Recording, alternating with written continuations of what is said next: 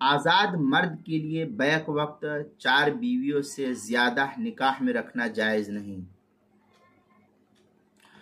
آزاد مرد کے لیے ایک وقت میں 4 سے زیادہ بیویاں نکاح میں رکھنا یہ اس کے لیے جائز نہیں ہے۔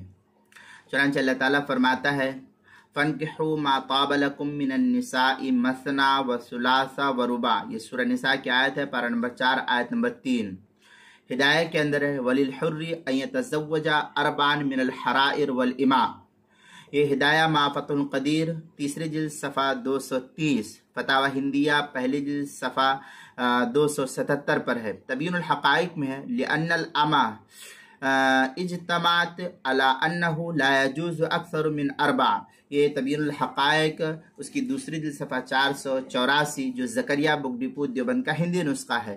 البحر الرائق اس کی تیسری جلد صفحہ 105، فتاوی ہندیہ پہلی جلد صفحہ 277، اور جو پرانا چھپا ہوا نسخہ ہے اس کی پہلی جلد صفحہ 449، اور فتاوی تاتارخانیہ جو زکریا بک ڈپو دیوبند کا ہندی نسخہ ہے اس کی چوتھی جلد صفحہ 49، مسئلہ نمبر 5491 ہے۔